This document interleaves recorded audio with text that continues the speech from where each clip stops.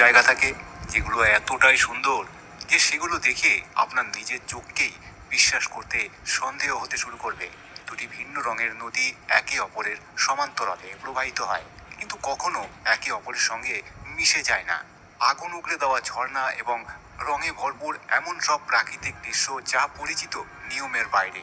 মেঘ পাহাড়ের চূড়া বেয়ে ঝর্ণার মতো নেমে আসে আর যেন উল্টো দিকে প্রবাহিত হয়। রহস্যময় গুহাগুলো পৃথিবী পৃষ্ঠের নিচে লুকিয়ে থাকা অজানা জগতের দরজা খুলে দেয়। এই সব কিছুই লক্ষ লক্ষ বছর ধরে আগুন, প্রচণ্ড চাপ এবং পৃথিবীর অস্থির গতিবিধির মাধ্যমে গড়ে উঠেছে।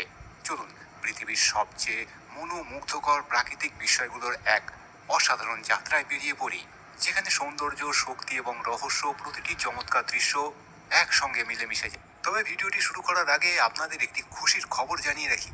আমার এই চ্যানেলের ভিডিওগুলো প্রত্যহ যারা দেখে তাদের মধ্যে 80% মানুষ চ্যানেলটিকে সাবস্ক্রাইবই করে না। এর থেকে খুশির খবর আর কি হতে পারে? তাহলে চলুন শুরু করা যাক আজকের ভিডিও।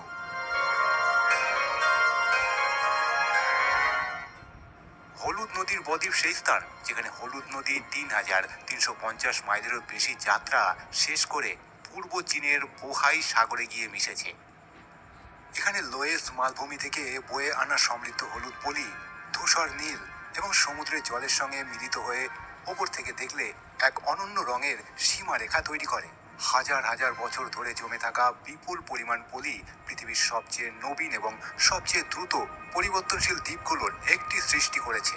এই অঞ্চলটি একটি অত্যন্ত গুরুত্বপূর্ণ মালভূমি বাস্তুতন্ত্র, যেখানে শত শত প্রজাতির পরিযায়ী পাখি এবং জলজ প্রাণীর বাস।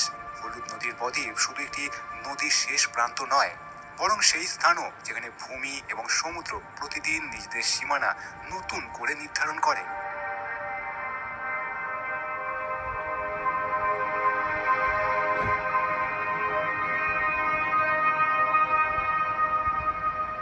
প্রতি বছর মাত্র কয়েক মুহূর্তের জন্য ইয়োসেমাইটে অবস্থিত সূর্যাস্তের সময় পুরো এল ক্যাপিটান শিলাখণ্ডগুলি আগুনের শিখায় জ্বলছে বলে মনে হয়।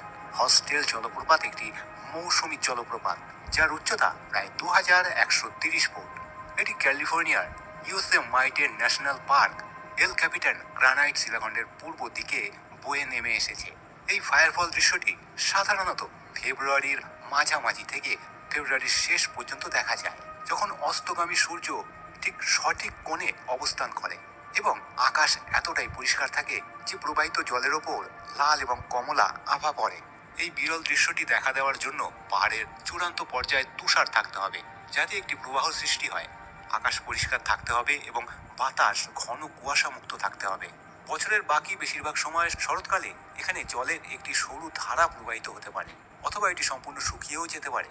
কিন্তু যে মুহূর্তে এই জলপ্রপাতটি শিলার গায়ে জ্বলজ্বল করে ওঠে, তখন আপনি বুঝতে পারবেন কেন কিছু অলৌকিক দৃশ্যকে দীর্ঘ সময় ধরে টিকে থাকার প্রয়োজন পড়ে না।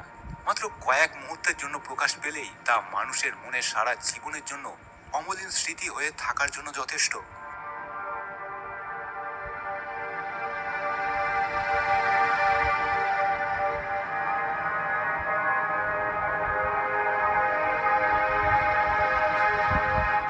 কাপ্পাডোকিয়া মধ্য তুরস্কে অবস্থিত, যা লক্ষ লক্ষ বছর আগে আগ্নেয়গিরি অগ্নি উৎপাতের ফলে সৃষ্টি হওয়া এক অনন্য ভূখণ্ড। আগ্নেয়গিরির ছাই এবং লাভা স্তর ঠান্ডা হয়ে যাওয়ার পর বাতাস ও জল এর ক্ষয়ের ফলে মাশরুমের আকৃতির অসাধারণ পাথরের স্তম্ভ তৈরি হয়েছে, যেগুলোকে বলা হয় ফেরি চিমনি। প্রাচীন মানুষ এই সমস্ত পাথরগুলোকে কেটে বাড়ি